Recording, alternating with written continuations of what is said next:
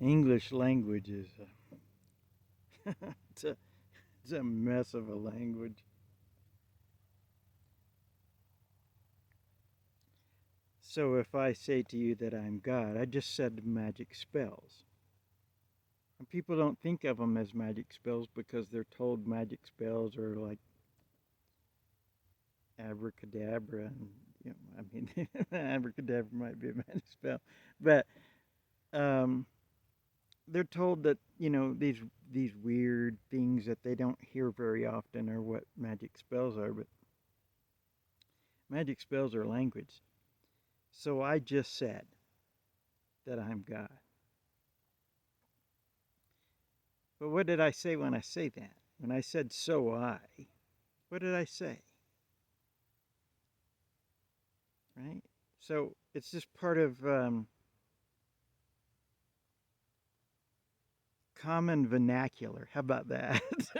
It's part of common vernacular to say, so I did this, or so I did this, or so what you should see, But what I also said was so um, which would make somebody blind to be able to see the truth. Anyways, so today I was feeling, yep, you reap what you sow. I just today I was thinking, um, so people they're waiting for Jesus to return. That's what they want. They want the Son of God to come in the clouds, with cloudy judgment, and condemn the whole world. And the world's already been condemned. Everybody's living in Adam's nation. Adam's nation. A damn nation. You're living in damnation. But because I shouldn't say because I don't want you to be the cause of it, but um, Adam and Eve, they ate from the tree of death, tree with three branches: judicial, legislative, and executive. That's the tree of government, the tree of, what they would say is their laws will tell you what's good and what's evil. But that's just a distraction because the tree of death is evil. Judicial is judgment. It's from the Jewish priests who are, setting judgment of their own people, our human family, um, and enslaved their own people with 613 laws. Of course, now there's thousands and thousands and thousands of laws, but and laws, um, the law of Moses. Moses, is kind of a revered prophet, but he shouldn't be. Um, there was a time when he was good, but then he went up and decided that he wanted to make himself a god, um, of authority. So, authority, right? That's the god of Thor. Authority is the brain manipulation power of the god Thor. Um, and it starts with AU, authority, because AU is, um, gold. So, a golden god.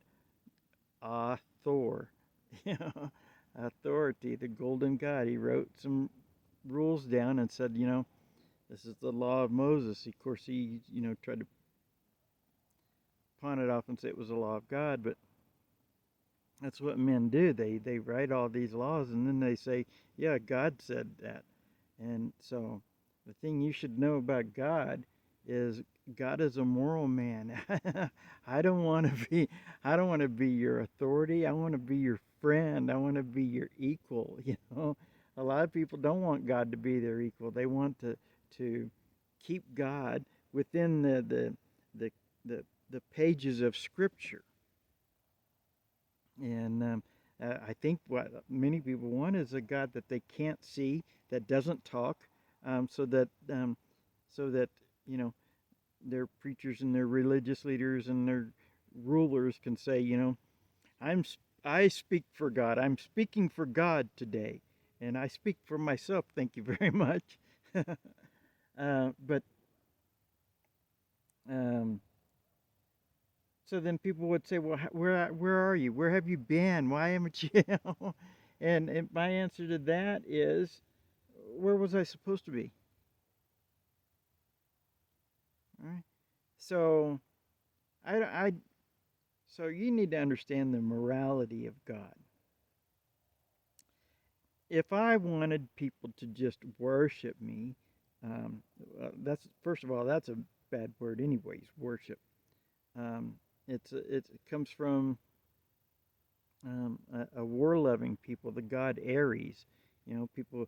That's why uh, Christianity and some other religions also have people. Their proselyters are called missionaries, and they're always talking about spiritual war and battle and stuff because they just can't get enough of battle and war and all that sort of thing. Put on your whole armor of God. Wait a minute, you know, I'm supposed to soften your heart. There's not no, armor involved. um, but anyway, so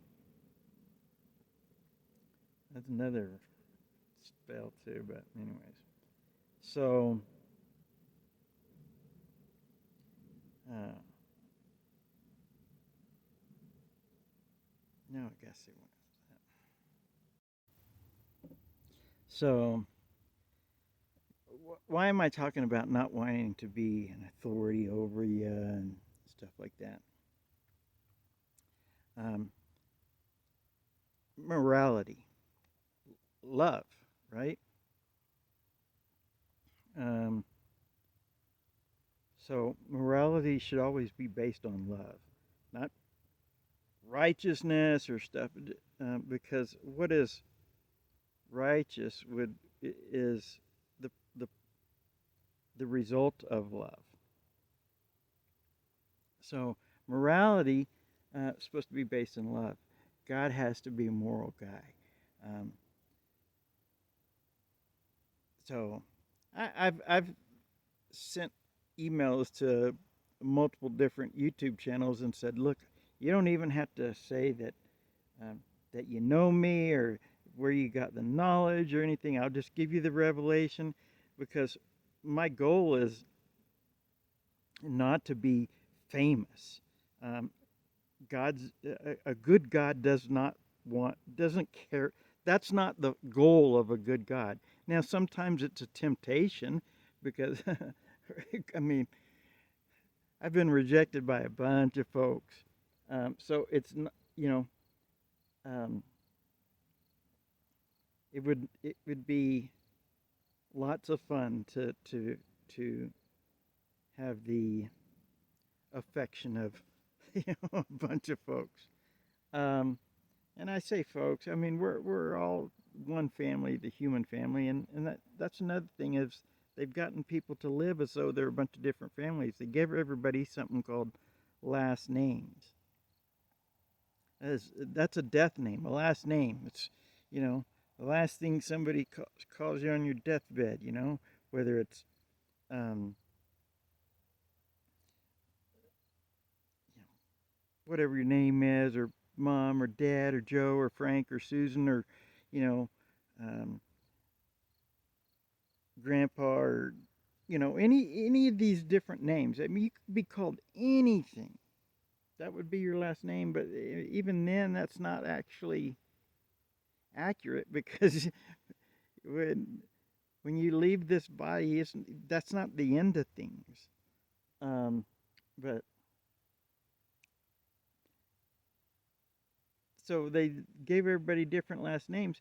That way, people think about my family, his family, her family, their family, you know, and, instead of being one family, the human family. They did that because their goal was to create the human race instead of the human family. So in the human race, everybody's trying to get ahead of everybody, stay ahead of the bill, stay ahead of the competition, all that sort of thing. And so in that situation, you have winners and losers. But if you live as the human family, everybody wins, right? And so and so you're because you then instead of living, um, you know, a competitive life, you're living the gift of living instead of the cost of living in the human family instead of the human race. So that's how you make heaven is just by freeing each other. Don't make each other pay for the gift of living. Heck, you're a family. Why would you do this to your own family? You've done it to me. You know, why would I mean you have kids and then you say, you talk, the gift of living. Oh, it's the gift of living. You should be thankful, for the gift of living, but you don't there's no such thing right now. Um but you could make it that way. The thing is you've given all your faith to governments and religions and political systems, religious systems, judicial systems, and you've given your faith to them instead of to each other, and that's what their plan was, so that you would have faith in them instead of each other, and that would allow them to have more. And it was all based on greed. Anyways, um, so morality though, I could. Um, so if I just wanted people to worship me, first of all, that would be super uh, narcissist. Uh, you know, to say I created a world to glorify me. You know, um,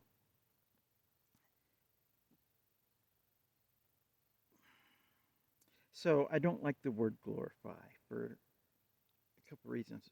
Now, and then I do for another, but I'm not gonna get into that right now. But the thing is, so let's say, all right, what's another word other than glorify? Um, Honor, but then you use that for your judicial systems and stuff like that, and um, so I want to say that, um, but something similar to that. I get my gratification. Maybe that's better. I don't know. Maybe that's not even right. But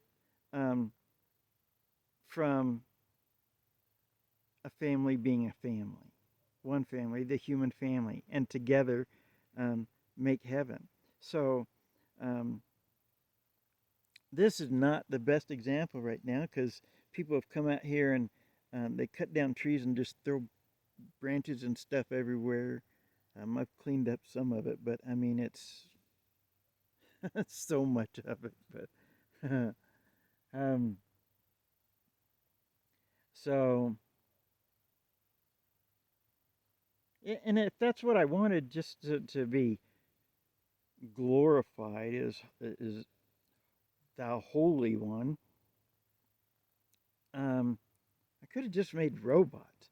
It's not moral to make people and say that your purpose in life is to serve and worship me. That's just that's not how it works, man. That's not fulfilling at all. Um, that's why you hear these stories about people saying, "Oh, it's lonely at the top" and stuff like that, and that's because it is because for people to lift themselves up above other people, you're going to make yourself ultimately lonely. You know, there's not much room at the top of a pyramid. So eh, and that's the way that society's been set up. But the thing is or organized, or maybe that's a better way to say it, organized, right? Like religions, organizations. Um, Government is a religion. Well, you can go to the Capitol building, look up at the top of the rotunda, and see, you know, it's they painted George Washington as a god, and they say their God is one. The Mormon churches use that with their first presidency. They have they have Russell Nelson at the top, and then on each side they've got Dallin Oaks and Henry Eyring. So that's Oaks, Nelson, and Eyring, which is ONE, which is one. And so, but you know, Russell Nelson was a doctor. That's a their symbology is the caduceus, which is serpents. The legal system is what Dallin Oaks is. He's a lawyer attorney. That's what they're represented with often is, well, first of all, you got the scales of justice. Well, what's a snake covered in scales? And if you look at a lot of different um, legal type imagery, you'll often see a snake, a serpent, because they pick up a pen and they make themselves serpents, because they want to rule over the lives of other people. They want to make themselves gods of authority. I authored these rules, now you obey them. But and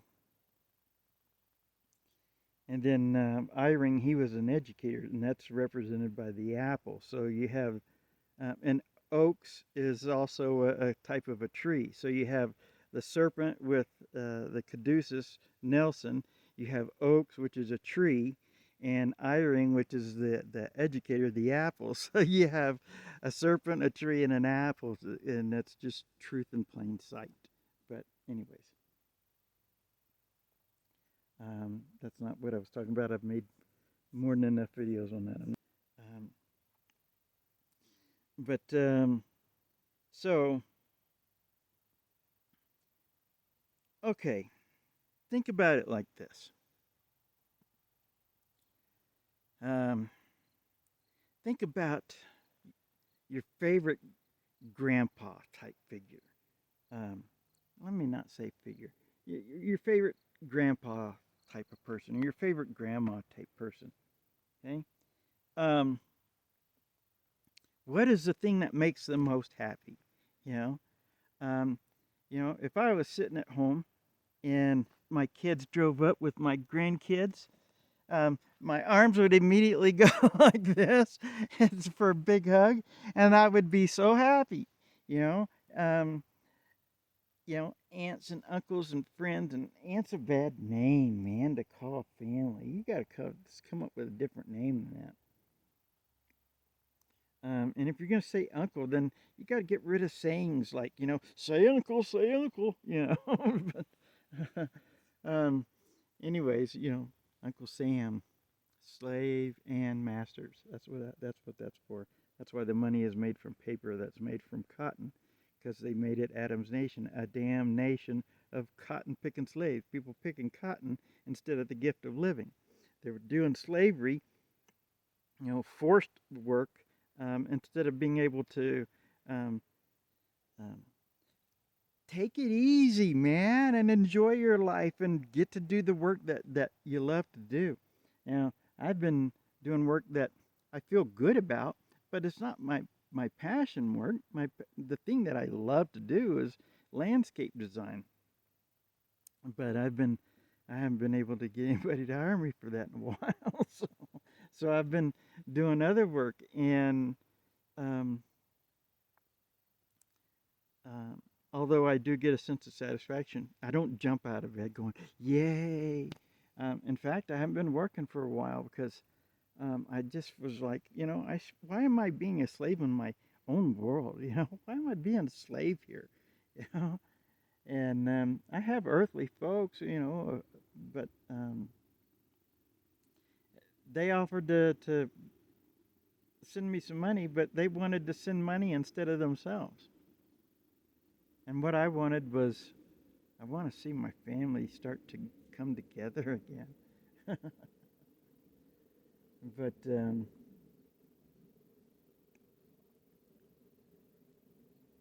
so the that's I'm talking about what makes a grandpa the happiest, or what makes a dad the happiest. walking in from work, and and your kids running up and Daddy's home, yay! That's, I mean, that's where I get my most happiness from. If somebody were to just, I mean, how would you feel if somebody started just somebody that you love came up to you and then started to, bow down, you know, like you'd be like, no, no, just stand up, give me a hug. We're not supposed to do that. And it would feel wrong, and it would feel gross, and it would feel and so that's not what that's not what God wants. I don't want that.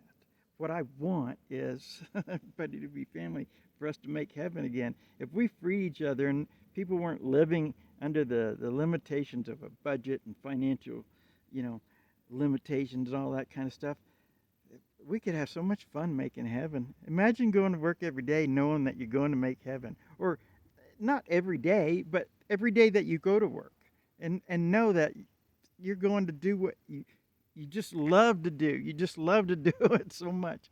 And if there's a time in your life where you go, hey, I don't want to do that no more, and you start looking around for other things to do.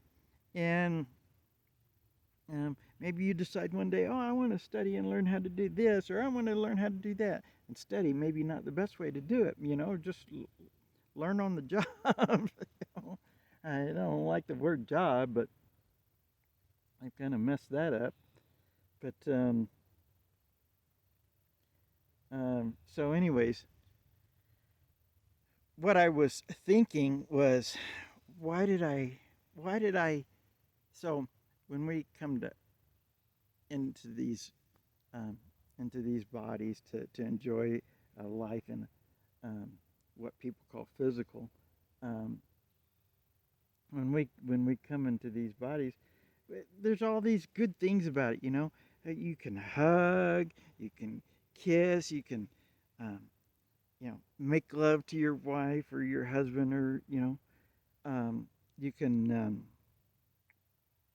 enjoy a great dinner with family around the table, without killing animals to do that. You've been given food that grows from plants and from the ground and stuff. Um, Animals are not food. They grow from their parents, their moms and dads. They don't grow from the ground. They don't grow from uh, plants. So, um, anyways, that's what the Garden of Eden was.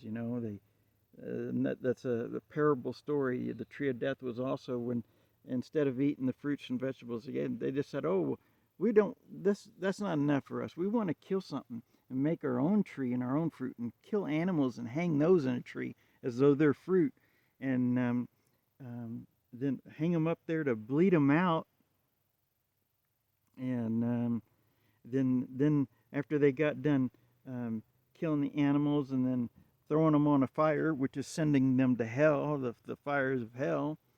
Then what did they do? They had the hide skin of the animal left, and so they hide themselves. They clothe themselves in unrighteousness, covered in blood, because um, they decided they just wanted to take a life that didn't belong to them.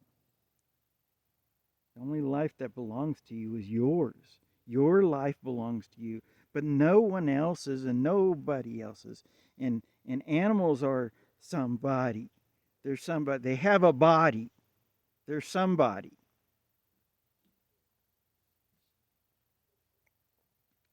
So, um,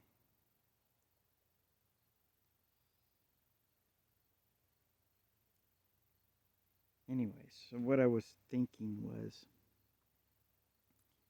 um, oh, and I was saying that we, when we come into these bodies, we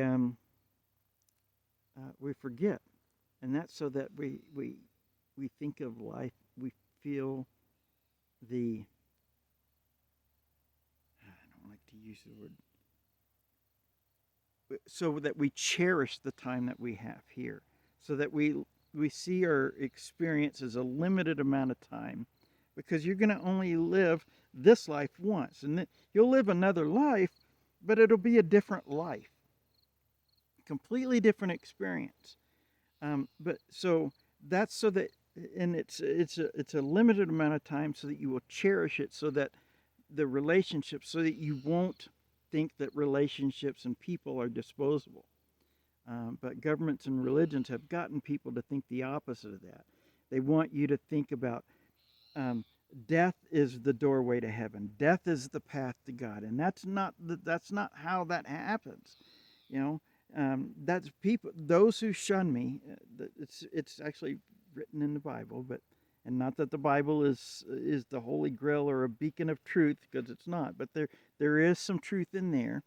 Um, but it's written, those who shun me, they love death, whether it's dead animals or money that comes from the Bureau of Engraving. What's a grave? It's a place where dead people are, like dead presidents that are on the money, engraved on the money because they're dead and they're in graves. Um, so, um, or or um, or death being, we're heaven. This is heaven. This is what heaven is.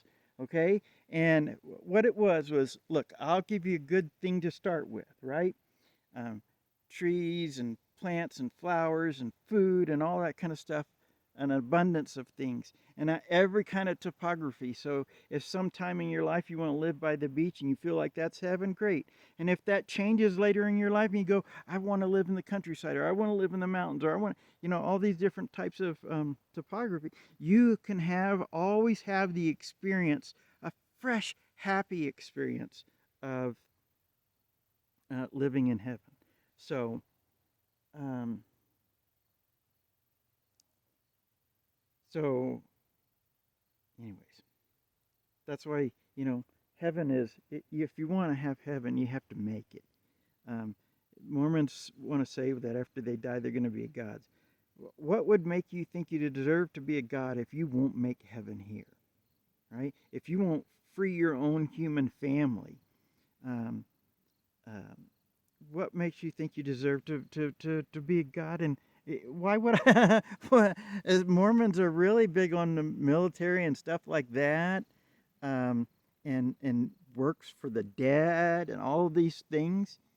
And why would I? Why would I let you out into the universe to go uh, pollute other worlds with that sort of thinking? No, thank you. No way. uh, but So, anyways, I'm sitting there thinking to myself, why would I do this? I mean, I know why, because you're my family and I love you and I care about you. Um, I'm so mad at you, though. I mean, I can't even put into words how mad I am. For a bunch of reasons. For first of all, for not making heaven, for making instead of making heaven, you made political systems, religious systems, judicial systems, um, uh, legal systems, all these different kind of systems, when you could have just made heaven, right? And instead of living in debt, you could be living in heaven. Instead of living in fear or in oppression or under oppression, you could be living in heaven, but you're living under authority. And so that causes you to have a society that's all based on death. Your religions are all based on death and sacrifice, and, and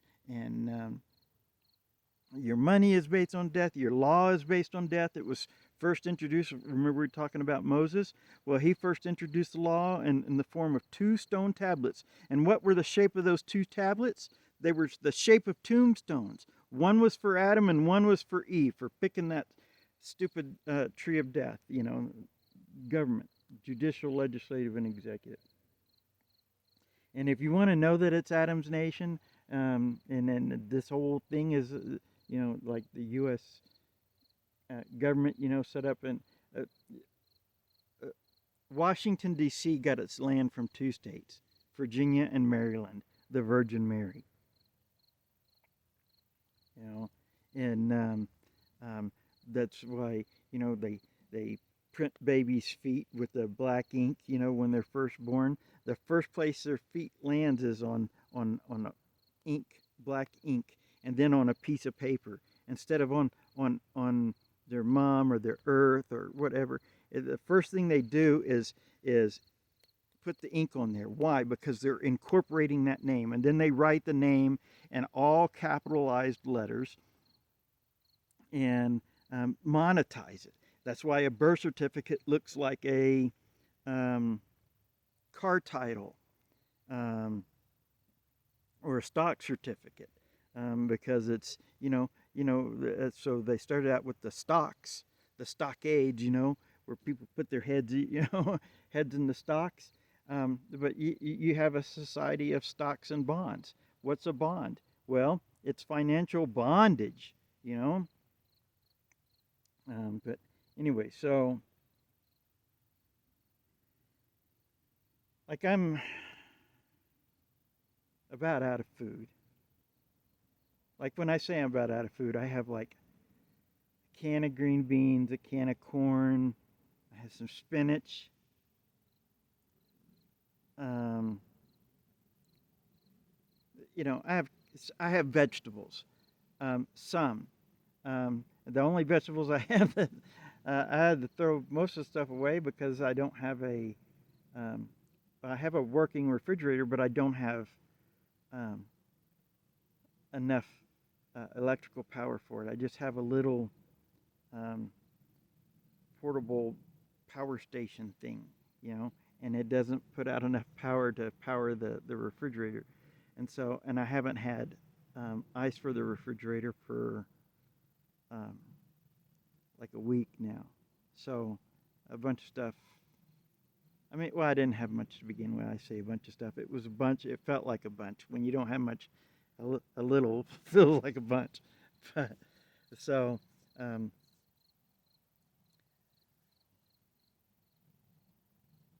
and then that's another reason. Here I am in my world, our world, but my world. I hate to end it with our world. It's ours. But um, and I don't even get to live here free. Not that I would want to be treated different than you, but everybody should. This is terrible, man. This is terrible making each other pay for the gift of living. I haven't had an actual house home in years because I haven't had the money. Because I don't like to make people pay for me to do kind things for them. When I go to work, I'm doing something kind for people, and I hate to ask people to pay for a bunch of reasons. Also, one because it's my family. I know people don't think about each other that way, and quite honestly, I've told a few people about being God, but I haven't told a bunch of people because you know you go to meet somebody to get a new um, I hate the word customer too because it's family, um, but somebody new to do some work for, and what are you going to do? Walk in and say, "Hi, I'm God," and have them go, "We're not letting you do any work, buddy, because we don't, because you don't look like the pictures, and you didn't come flying out of the sky, and you didn't, people seem to want a God with superpowers, um, which is what, that's why they made their governments superpowers, um, because they have the power to destroy the whole world. Their ships are called destroyers, and they they make bullets, um, because it's the god Moloch, right? Is that the god Moloch? There's so many gods that y'all have created. I can't even remember them all. But um, like the Bible, the Bible. A long time ago, you bought bulls with gold and silver, and so the Bible is the golden bull. And people talk about it. Oh, the God of the Bible says this. It's just a non-animate object, but they swear it talks. They say it says this, and and the Bible says this, and and it's like, dude, you know, you got a non-animate object in your hand, and it was made from a tree, so that's idolatry. You know, people idolizing a tree, turned into a thing that they call the a book, right? Book. What's the first three letters of book? Boo. So, and they say the Spirit of God. Boo. It's a book. You know, I'm running out of running out of light here. It's starting to get a grainy picture, but um, so and another thing is um, because I because I don't like to ask my human family to pay me to do kind things for them. When I do, I usually don't ask what other people would ask, and so I have lived a pauper's life because I'm trying not to um, impose financial burdens on people. So governments and religions love to do that. They call it tax and tithing. They have just two different names for the same thing. Give us your money, work and then pay us for the gift of living. Pay us to stay alive and pay us for, you know, and it's one family. I mean, I can't. Golly, man. And so I've been suffering a lot. I'm being in a fairly good mood at the moment, but I've been suffering a bunch. And my car is it's a good car, but it needs multiple different things for it right now, and I don't have the money for all of it. I might be able to get one part that will keep the car from stalling in the middle of the road, but then if I don't hurry up and get like about three or four other things, it's not going to be long before I'm not going to, I've bandaged it up as much as I can. There's video on the channel about it, um, but so there's been so many times where I go, man, I just wish I could just not be here anymore. I wish I could just go to sleep, and while I'm asleep tonight, just not wake up, So, because I mean, it's been a very difficult experience, and I've loved a lot of people, and I don't know. So I was thinking to myself, why keep doing this? Why am I here? Just because I have hope and faith. So I have just a little RV that I live in camper thing, and with no air conditioning, no swamp cooler to go because I don't have enough. I don't have a generator and all that kind of stuff. But I'm sitting there going, I want a generator, but what I want is a house home.